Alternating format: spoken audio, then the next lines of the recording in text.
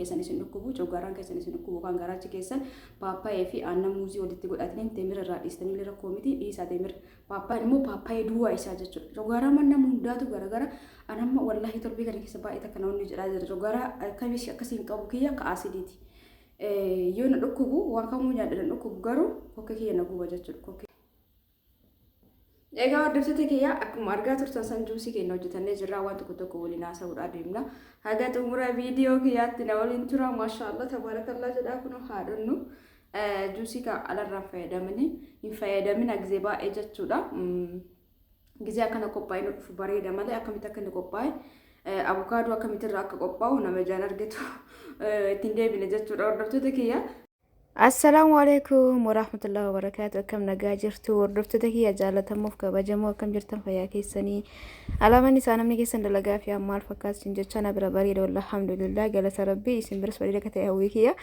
Egaa itti aansuun muuzii kenna kallattii maan haga baay'een nu barbaachisu jechuudha namoonni baay'een warri garaacha himattan coggaarraa himattan dhugaa dubbachuu fi ka amma yeroon ammaa kuni baay'ee takka bakka yeroo ammayyaawaa ta'edha doktoroonni hundi onlaayiniin barsiisanii isaan illee hordofuudhaan kunuunsa ofii godhuu dandeenya jechuudha. Amma fakkeenyaaf coggaarraan kenna gizi baay'ee ka ganama hundaatu garagara malee jechuudha.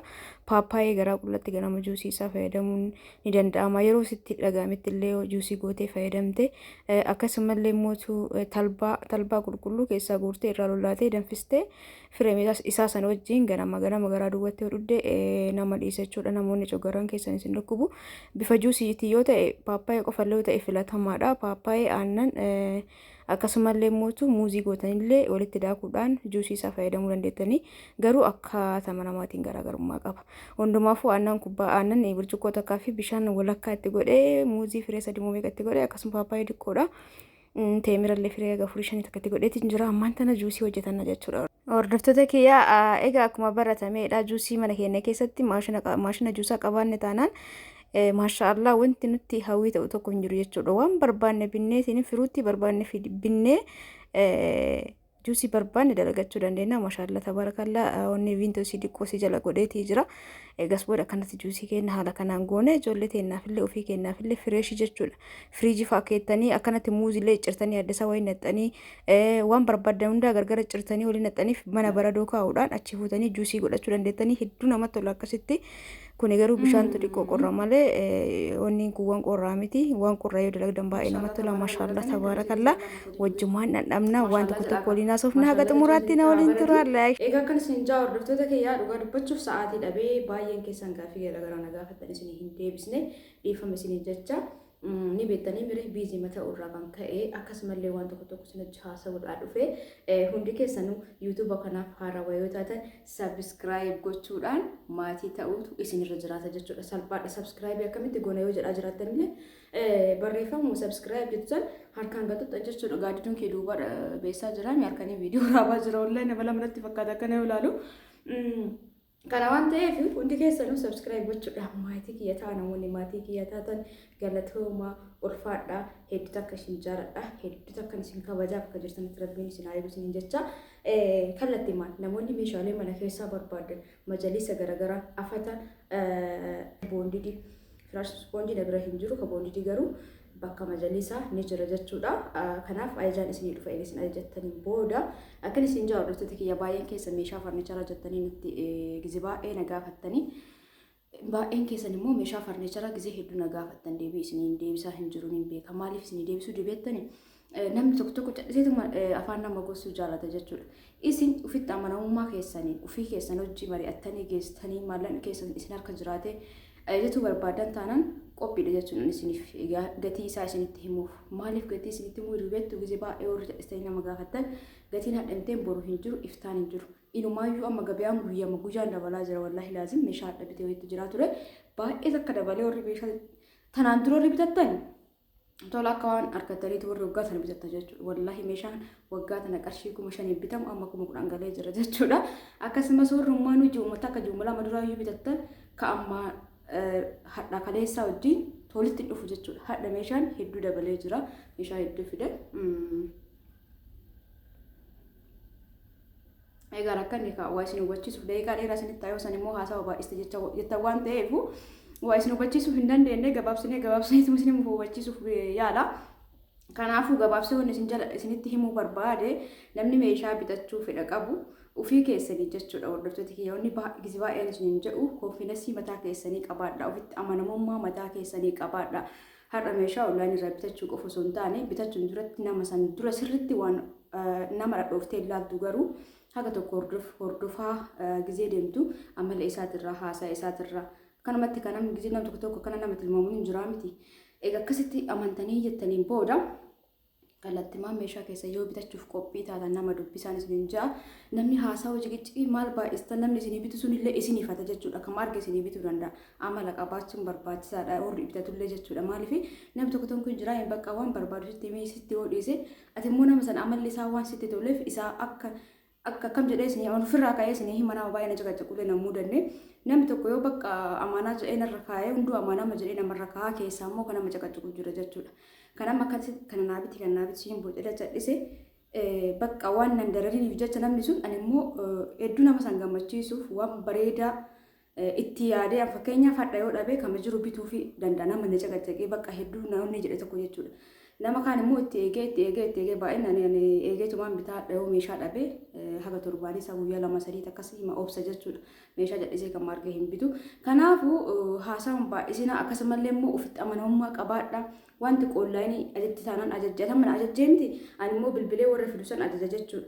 Kanatti duuba deebis jechuun dikkoo isin namatti ulfaata. Isin anaan dhiisi jechuun isinitti ulfaatuu danda'a garuu ani immoo nama saniin dhiisi jechuun dikkoo natti ulfaata jechuudha. Namni sun illee hojiidha waan ta'eef kanaafuu jalqaba irratti ufamansiisaa kisee waa ordarii godhattan gaafa ufamansiifte gaafa maallaqni kee ta'e mirga keeti jechuudha. Waan barbaadde bitachuu maaliif boru akka barbaadde itti fayyadamte jechuudha. Kanaafuu hundi keessanuu jalqaba ofitti amanamummaa qabaadha. Namni tokko meeshaa tokko ka'ee bitateef yookaan amma fakkeenyaaf firiijaan kaatee bitatteef atillee wanni isiin bitatte san bitachuuf hin deemi. Isin barbaaddu ati fedha kee irratti hundaa'e yeroo tokko namni na ajaa'ibaan dhugaa dubbachuuf namni tokko dhugaa dubbachuuf waan man barbaanne waan irraan beekne illee namarratti arga hin bita. Namoonni akkasii sun sammuu namaatiin socho'an jechuudha. Gaafa namni ittiin morkatu sun biraa deeme akkam akka ta'u hin beeku.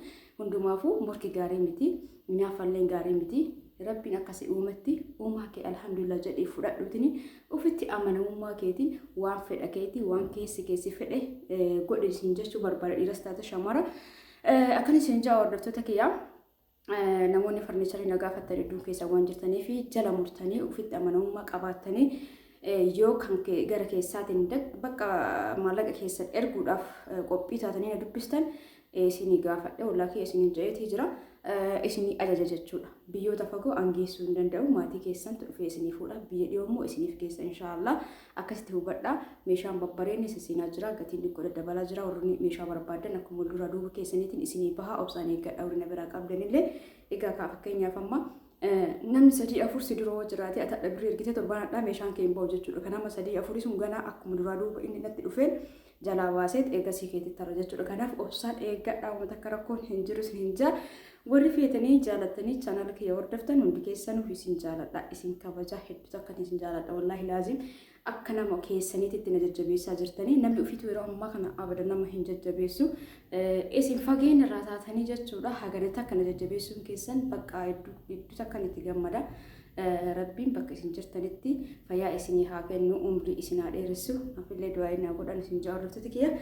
Egaa juusii kiyyan harkatti qoruudhaaf deema osoo ani haasa'u akkana isin jaaru takka kana dalagadhaa keessattuu namoonni wanni keessan isin dhukkubu coggaaraan keessan isin dhukkubu kan garaachi keessan paappaayee fi aannan muuzii walitti godhatanii teemira irraa dhiistanii rakkoo miti dhiisaa teemira paappaayee aannanii fi aannan muuzii paappaayee godhatanii fayyadama yookaan immoo paappaayee duwwaa isaa jechuudha. Coggaaraa manna hundaatu garagara anamma wallahi torbii kana keessa baay'ee takka namoonni jedhaa jira. Coggaaraa akkamitti akkasiin qabu kiyya ka asidiiti. Yoo na dhukkubu waan kamuu nyaadha dhukkubu garuu kokkee kiyya na guba jechuudha. Kokkee na guba hoggaa tan akkasumaan jedhanii coggaaraa kee ka asidii burqisiisuu naan jedhan asidiin sun gizee nyaasidii tufu. Foonni isaa faalotii isaa yookaan hafuura isaatu gizee ol ba'u gara kokkeetiin si gubanaan jedhani dhugaa dubbachuuf gizee paappaayee juusii paappaayee fayyadamee fi akkasuma paappaayee bakka baay'inaan akkasumas talbaa qulqulluu keessaa guurtanii danfistanii garaa qullatti ganama dhugdan isin dhiisa jechuudha. Namoonni yoo coggaara nama hundaatu tokko miti jechuudha. Garuu ani sumaan na dhiise torbee kan immoo maal akka ta'e immoo itti deebi'e jechuudha. Kanaaf paappaayee fayyadama juusii paappaayee akkasumas yoo ka isinii ta'u ta'e aananii fi muuzillee itti dabaltanii yoo fayyadamtan namni tokko tokko muuzii yoo nyaate ni dhiisa coggaaraan isaa tokko tokko immoo yoo muuzii nyaate itti ka'aa jechuudha. Garaagarummaa qaba waan ta'eef namni tokko tokko yoo coggaaraan qorsoo garbuu nyaate hin dhiisa tokko tokko immoo qorsoo mayyoo tuqe itti ka'u jira jechuudha. Nama ofii daarektii hambee jira. Kanaaf akkuma wanni isin namaatiin garaagarummaa qaba. Egaa halkanii viidiyoo waraabaa jira hadhaa dhiifama isin jecha haadhonnu. Egaa kan isin jaa hordoftoota kiyya. Burcuqqoo kanallee barbaada waan barbaadan irraa beekanii keessa meeshaan kamuu ni jira. Namoonni barbaadan firee jaha ni dhufa 12 illee ni dhufa. Dhiqaa guddaa qaba. Angaruu kana keessa jaalladhe bitee maashaallah gammana hin cabne furdaadha. Namoonni barbaadan bitachuu dandeettanii jechuudha. Hordoftoota kiyya. Egaa viidiyoon kiyya kaarraa haganuma isinitti haasa'uu fi namoonni meeshaa barbaadan karaa WhatsAppiitiin na bilbiltan baay'een keessan karaa WhatsAppiitiin osoo bilbiltanii bareedaadha.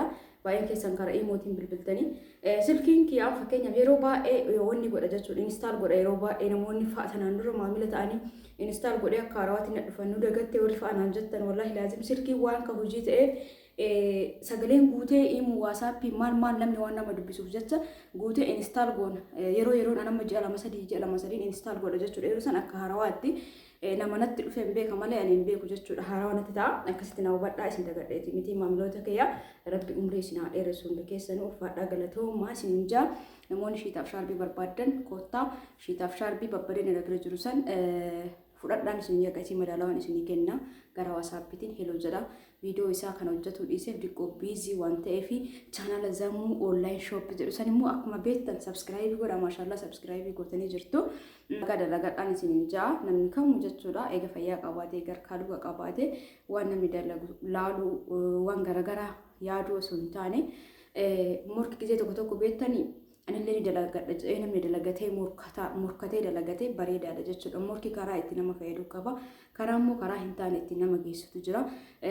Fakkeenyaaf waan gaarii tokko laaltee anillee akkanatti dalagadha anillee akkanatti of jijjiira jettee karaa jireenya kee ittiin jijjiirtuun jireenya kee jijjiiruu qofaa miti.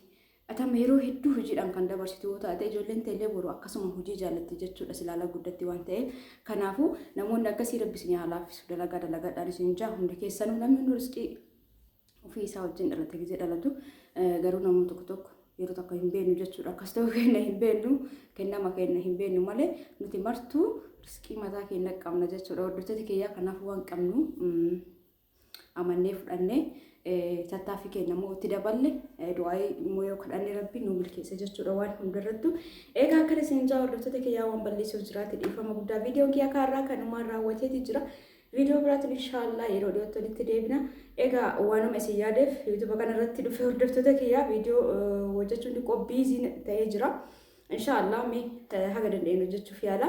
Egaa warri hordoftan warri like share gootan warri subscribe gootan subscribe kiyya kuma 20 galuuf nama dhibba muraasa qofa tafe jechuudha. Nama dhibba 6 moo meeqa qofa tafe kuma 20 galchuuf maashaallah tabaarakallah. Egaa subscribe takka lama sadii jedha. Hordoftoota nama kuma 20 warachuuf jechuudha. Hordoftoota kiyyaa kanaaf hundi keessanuu sababa keessa waan ta'eef galatooma ulfaadhaa isin jaalladhaa isin kabaja. Halkan kairii isiniif haa ta'u bakkuma jirtanitti nagaa naa bula. Bye bye.